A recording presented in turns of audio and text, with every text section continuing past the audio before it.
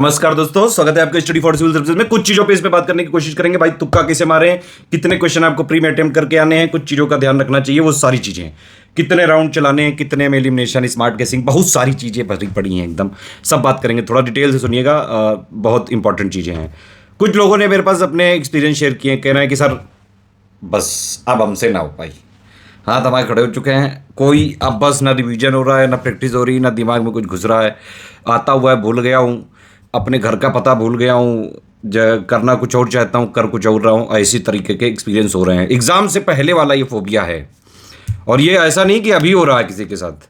कई लोग बाकायदा प्रोफेशनली, मतलब बिल्कुल बीमार हैं, आराम डॉक्टर से दवा वाले लेके आए हैं, वैसा वाला बीमार हुए हैं, ओरिजिनल वाला। एग्ज़ाम फियर जरूर है, लेकिन उनको बीमारी ओरिजिनल आई है।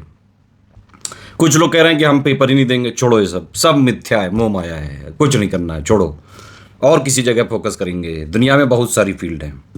ये सब ख्याल आते हैं लोगों के। मेरे पास स्टूडेंट ने एक्सपीरियंस शेयर किए हैं, इसलिए मैं बता रहा हूँ आपको। देखिए, मेरा यही कहना है सिंपल कि जब आपने इतनी मेहनत करी है, लास्ट में क्यों घबरा रहे हो यार। पहली बात तो अपने ऊपर कॉन्फिडेंस रखो। वो माना कि पूरी दुनिया को तुम पे कॉन्फिडेंस नहीं है, वो माना कि तुम्हारी इज्जत कोई नहीं करता दुनिया में। अरे अपनी इज्जत खुद तो कर लो यार। आप समझ रहे हो कि नहीं?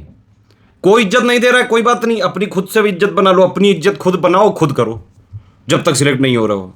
ठीक है, अब चलो मुद्दे पे आते हैं। कुछ चीजें मैं बताऊंगा। पहली बात तो गोला आपको साथ साथ फिल करना है। जो भी क्वेश्चन आपका सही, एकदम 100% सही आपको लगता है, उसका साथ साथ गोला फिल करते जाना है।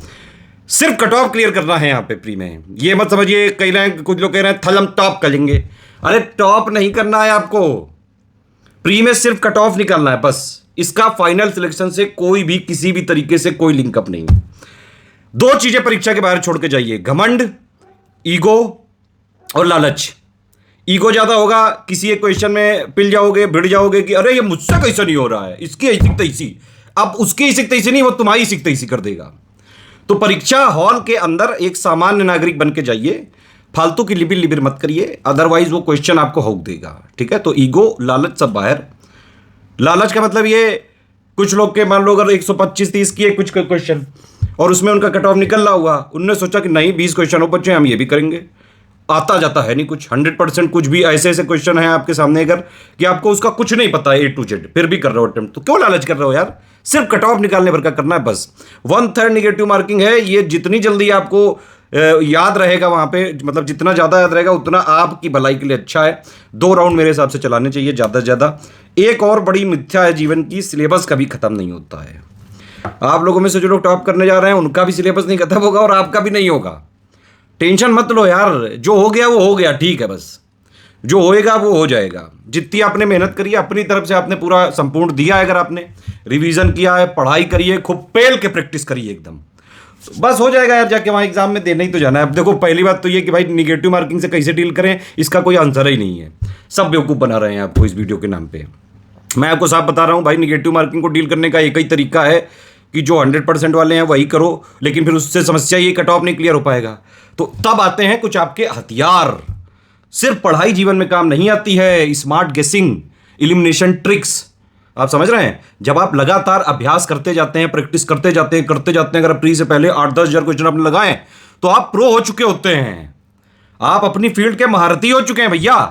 फिर आपको समझाने की जरूरत नहीं है। कोई पढ़ा हो ना पढ़ा हो कोई बात नहीं, चलता है, इंटरलिंक करके हो जाता है। ये है बात। ठीक, अब देखिए मैं आपको बताता हूं शुरू से क्या चीज है। भाई आपको पेपर मिला, ठीक है, पहला क्वेश्चन आता है तुरंत करो, गोला फिल करो साथ साथ। दूसरा क्वेश्चन आता है, गोला फिल करो। तीसरा नहीं आता है, कोई बात नहीं, आगे बढ़ो। चौथा नहीं आता है, कोई बात नहीं, आगे बढ़ो। पांचवा नहीं आता है, आगे बढ़ो। 1 से लेके 150 क्वेश्चन तक जाना है, ये बात ध्यान रखना। कई लोग क्या करते हैं, 1 से लेके 70 पहुंचे, 71 पे वो भिड़ गए, वहां पे उनका घमंड आ गया। घमंड खड़ा है सामने, कह रहा है कि तुझको मैंने साल भर प्रैक्टिस करी है, तुम मुझसे होएगा कैसे नहीं। क्वेश्चन से लड़ रहा है बंदा, देख रहे हो इसका लेवल, देख रहे हो, क्वेश्चन से अपना ईगो लड़ा रहा है कि तेरी ऐसी तैसी। अबे वो क्वेश्चन क्या करेगा यार? आगे देखो, आगे थोड़े इजी क्वेश्चन बैठे हैं और सबका नंबर सेम है। 150 क्वेश्चन, 200 नंबर, हर एक क्वेश्चन का 4/3 नंबर। और अगर आप सही करेंगे तो +4/3 होगा, माइनस करोगे तो -4/9 हो जाएगा। मतलब 3 आपने गलत करे, एक सही वाला उड़ा दिया जाएगा। ये तो जितना आपको आता है उतना करिए। कितने क्वेश्चन अटेम्प्ट करने हैं भाई, ये पहले से तुम तय कर लोगे। तुम अंतर्यामी हो, तुम्हें पता है सब इजी आने वाला है, पेपर टफ आने वाला है, मॉडरेट आने वाला है, तुम देख आए हो, दिव्य दृष्टि से तुमने देख लिया है। अपनी जो ये ब्रह्म सोच है इसको थोड़ा सा अभी ब्रह्म ना बनने दीजिए, थोड़ा एग्जाम दे लो, अभी से हवा मोड़ रहो। अरे भैया जैसा पेपर आएगा आपका पहले वहां देखिए, क्या पता बहुत ज़्यादा टफ हुआ, बहुत ज़्यादा अगर टफ हुआ तो सबके तोते उड़े हुए होंगे यार। 120 125 तक भी उतने में कर लिए तो बहुत है। थोड़ा पेपर जो है मॉडरेट टू टफ या इजी टू मॉडरेट आता है तो 130-35 सेफ माना जा सकता है। ये वहां पे आपको डिसाइड करना है कि भाई एक्चुअल कंडीशन क्या है, see the actual condition and then decide. इस तरह से होगा ये। एक जापानी कॉन्सेप्ट है कि go to the shop floor और वहां पे देखो भाई क्या कमी है, उसके हिसाब से एक्शन लो। वही यहां पे भी है, पेपर में जाइए आप पहले से माइंड मेकअप करके कुछ मत जाना। बस आप ये समझ लो पहले से माइंड मेकअप करके ये जानना है कि भाई मैंने पढ़ाई करी है, मैंने लगातार मेहनत करी है, प्रैक्टिस करी है, और इतना तो है भाई कि फोर्थ डालेंगे जाके सिलेक्ट हो जाएंगे प्री में। ये होता है कॉन्फिडेंस। अगर आपको ये लग रहा है कि नहीं नहीं दुनिया की ताकत मुझे प्री में रोक देगी तो प्री ओवर कॉन्फिडेंस है। तो आपको ये समझ के जाना है प्री किसी तरह क्लियर करना है। कितने क्वेश्चन अटेम्प्ट करके जाने हैं ये पहले से नहीं बनाना है, वहां अपनी कंडीशन के हिसाब से देखना है। बहुत ज्यादा टफ है तो थोड़े नंबर ऑफ अटेम्प्ट कम हो सकते हैं, इजी टू मॉडरेट हुआ तो थोड़े ज्यादा हो सकते हैं। कुल मिलाकर सिंपल बात यह है कि भाई अगर आप 2018 के बाद के कट ऑफ की एनालिसिस कर लो तो अगर आप 90 क्वेश्चन नेट में बात कर रहा हूं मैं, नेट में 90 से 95 क्वेश्चन, 95 का अगर आप रख लो, 90 भी अगर आपके कुल मिला के आ गए मॉडिफाई की से नेट में निगेटिव मार्किंग को इंक्लूड करने के बाद तो आपका हो जाएगा। उसके लिए करना कितना पड़ेगा, मान लो इसमें देखो 2 राउंड मैंने बोला है। 2 राउंड का मतलब क्या है कि भाई पहले राउंड में आपने चालू किया 1 से लेके 150 तक आना है आपको। पहली बात तो ये कोई भी बीच में छूटना नहीं चाहिए। उस गाड़ी जब ये आप 1 से लेके 150 तक की एक रेलगाड़ी चला रहे हो तो जो आता जाए उसको अपने में समेटते जाओ, जो ना आता जाए उसको वहीं ड्रॉप करते जाओ, भगाते जाओ, भाग यहां से। उसको 1 से लेके 150 तक अगर आपने गाड़ी चला दी, 50 60 70 क्वेश्चन जितने भी निकले बहुत है। वो अपना कॉन्फिडेंस पेपर पे जो है बढ़ाने के लिए बहुत है। इसका मतलब ये है कि स्टार्टिंग वाली जंग आप जीत चुके हो, पेपर पे चढ़ के आप बैठ चुके हो। पेपर पे चढ़ के जब बैठ ही चुके हो तो निकालने में क्या दिक्कत है। सेकंड वाले राउंड अगर आपके मान लीजिए पहले वाले राउंड में 65-70 कुछ निकला है जो आपको लगता है 100% सही है, उसमें यहाँ पे ओवर कॉन्फिडेंस नहीं होना चाहिए। मतलब आप थोड़ा मेहनत की हो, प्रैक्टिस की हो, सारी चीजें पढ़ी उड़ी हो, तब अगर आपको लग रहा है भैया 100% कॉन्फिडेंस इसे आता भी नहीं है, पढ़ाई करनी जरूरी है इसके लिए, आप समझ रहे हो कि नहीं। इतना अगर आपका आ गया 65-70 कुछ आ गया ठीक, लेकिन इतने में कट ऑफ नहीं निकलेगा। अब यहां थोड़ी होशियारी दिखानी है भाई। होशियारी ये दिखानी कि आप थोड़े से आपको स्मार्ट चीजें यूज करनी है। स्मार्ट गेसिंग करिए, इलिमिनेशन मेथड करिए, रिवर्स इंजीनियरिंग करिए। स्मार्ट गेसिंग का मतलब भाई 4 ऑप्शन है क्वेश्चन। देखिए एक चीज और ध्यान रखिएगा, हर एक क्वेश्चन का ध्यान से पढ़ना कि वो सही है पूछ रहा है या सही नहीं है पूछ रहा है। कई बार एग्जामिनर इस चीज में खेल कर जाता है और आप सोचते हो कि अरे सही है पूछा होगा, अरे सही नहीं है भी लिखा होता है भाई किस जगह। तो क्वेश्चन ध्यान से पढ़ना, हर एक क्वेश्चन को 2-3 सेकंड तो जरूर देना पढ़ने के लिए, पूछ क्या रहा है ये, और जितना पूछा जाए उतना ही बताना। अगर ज्यादा जो है स्मार्ट बनोगे तो पेपर रोक देगा आपको, समझ रहे हो ना। इस तरह से करना है सारी चीजें। पेपर में तो 3 टाइप के सवाल होते हैं, मैं आपको बताऊं। जो इजी टू मॉडरेट होते हैं वो लगभग 100 के आसपास होते हैं, 90 से 100 क्वेश्चन होते हैं इजी टू मॉडरेट। 15-20 क्वेश्चन थोड़ा सा टफ होते हैं। यूपी पीसीएस की आदत है, ये 2018 से थोड़ा ट्रेंड लगातार बदलाव कर रहे हैं। इस बार देखते हैं क्योंकि यूपी भी इंक्लूड हुआ है तो कितना क्या चेंज होता है। मुझे नहीं लगता है कि प्री में यूपी का बहुत ज़्यादा वेटेज बढ़ेगा क्योंकि मेंस में वो सब चीज़ें बदली हुई हैं। हालांकि फिर भी आप लोगों ने पढ़ा तो है ही सब कुछ, ठीक है। हाँ, तो क्वेश्चन को आपने पढ़ा, मान लीजिए आपको एकदम 100% नहीं पता है, जो दूसरा राउंड आपका चल रहा है, 2 ही राउंड हो सकते हैं यार, ज़्यादा कोई मतलब क्या महीनों भर के लिए वहाँ जा रहे हो क्या एग्जाम देने। 2 राउंड बहुत है। पहला राउंड करीबन 40 मिनट में हो जाना चाहिए, 1 से लेकर 150 तक। फिर जो बचे समय वो आपका है, कट ऑफ निकालना है बस किसी तरह। दूसरे राउंड में आप आए, जो चीज़ें आपको लग रहा है कि हाँ ये वाला कर सकते हैं, मतलब उस क्वेश्चन में कुछ थोड़ा बहुत आता है। आपने क्या किया कि भाई ऑप्शन देखे कि अच्छा ये दोनों तो हो ही नहीं सकते, एलिमिनेट कर दिया। 4 में 2 ले आए, 4 में 3 ले आए, एक ही एलिमिनेट हो गया कम से कम। फिर उसके बाद थोड़ी और गट फीलिंग से यूज करिए और थोड़ा स्मार्ट गेसिंग करिए। कई जगह आपको रिस्क लेना पड़ेगा। रिस्क क्या लेना है, सीधा तुक्का मारना है, इसमें क्या रिस्क, सीधी सीधी बात बोलो ना, तो तुक्का मारना पड़ सकता है। तो इसमें आपकी आती है यहाँ पे प्रैक्टिस काम। अगर आपने लगातार बम्पर, आप कम से कम स्टडी फॉर सिविल सर्विसेज की पेड क्विज आपने अगर सॉल्व करी है, फ्री क्विज भी सॉल्व करी है, तो भी कॉन्फिडेंस आता है। तो मतलब आपको ये लगेगा बस कि अच्छा हाँ वहाँ भी ऐसे था तो चलो ये वाला कर देते हैं। तो यहाँ पे अब आपकी आएंगी ये वाली स्किल्स जो आपकी डेवलप होती हैं सिर्फ और सिर्फ प्रैक्टिस से, और ये कोई सिखा नहीं सकता है, सिर्फ प्रैक्टिस करनी पड़ती है इसके लिए, ठीक है। स्टडी फॉर सिविल सर्विसेज ने कई सारे रिसोर्सेज दिए थे जो सिर्फ पीसीएस के लेवल की ही, यूपी पीसीएस का जैसा पैटर्न है वैसी ही प्रैक्टिस करवाते हैं। जैसे कि हमारे जो पीवाईक्यू वाले हो गए, पेड क्विज हो गए, टेस्ट सीरीज हो गए, ये इस तरह से है ये, ठीक। दूसरे राउंड में आपने मान लीजिए 50-60 कुछ कर लिए तो आपके 130 के आसपास हो गए, 135 के आसपास हो गए।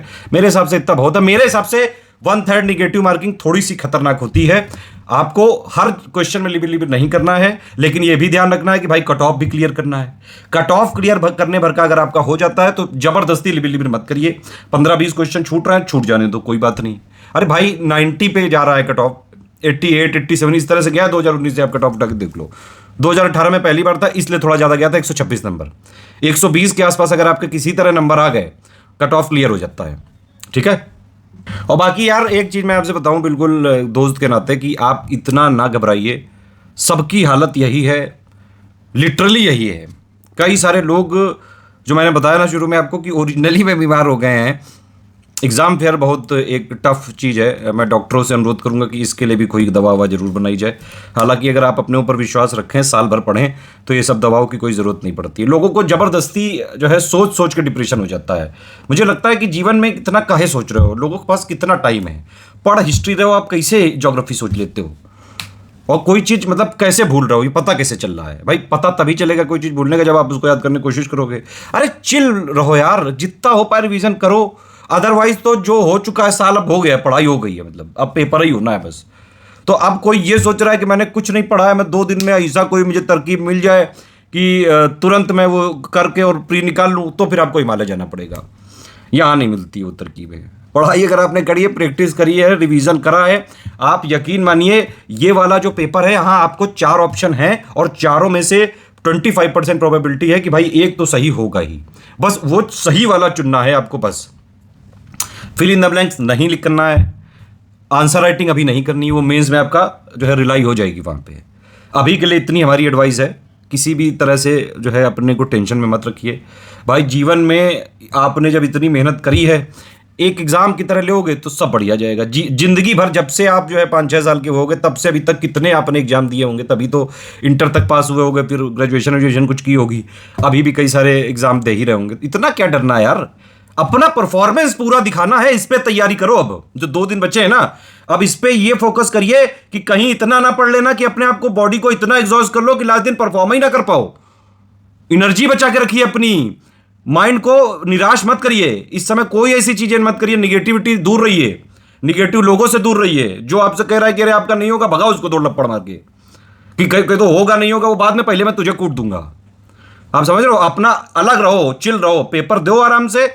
जितना मैंने बताया आपको कि भाई 14 को पेपर है, 13 तारीख को आराम से 8-10 घंटे की बढ़िया नींद लेना, हो सके तो एक छोटी मोटी कोई बढ़िया मूवी देख लेना, कॉमेडी। बहुत मजा आता है भाई एग्जाम के 1 दिन पहले देखने में, बढ़िया एडवेंचर लगता है। माइंड जितना फ्रेश रहेगा ना, जितना आप कूल रखोगे माइंड को, उतना बढ़िया परफॉर्म करोगे। अब आपको ये चीज अपनी जिम्मेदारी लेनी है अपनी बॉडी की खुद, कि आपने जो भी पढ़ा है, अब इसकी इफिशिएंसी निकालने का टाइम आया है, काम लेने का टाइम आया है। चार्ज रखो अपने आप को, जितना हो गया ठीक है। लास्ट टाइम ज्यादा कंफ्यूजन मत करो। जो हम आपको टेलीग्राम में कुछ पिक दे रहे हैं, कुछ जो देख रहे हैं, पढ़ते रहो बस कि हाँ चलो ठीक है, दे दिया, हाँ ठीक है, ओके, बस। बाकी चिल रखिए अपने आप को। मेरे हिसाब से काफी देर मैंने आपको बोर किया, प्लीज यार करिए ना मत, जाओ खेलो।